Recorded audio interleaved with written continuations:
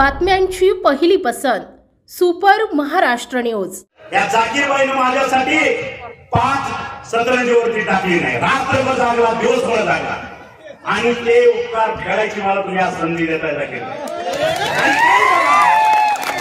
हा तानाजी सावंत या ठिकाणी काय करून दाखवतो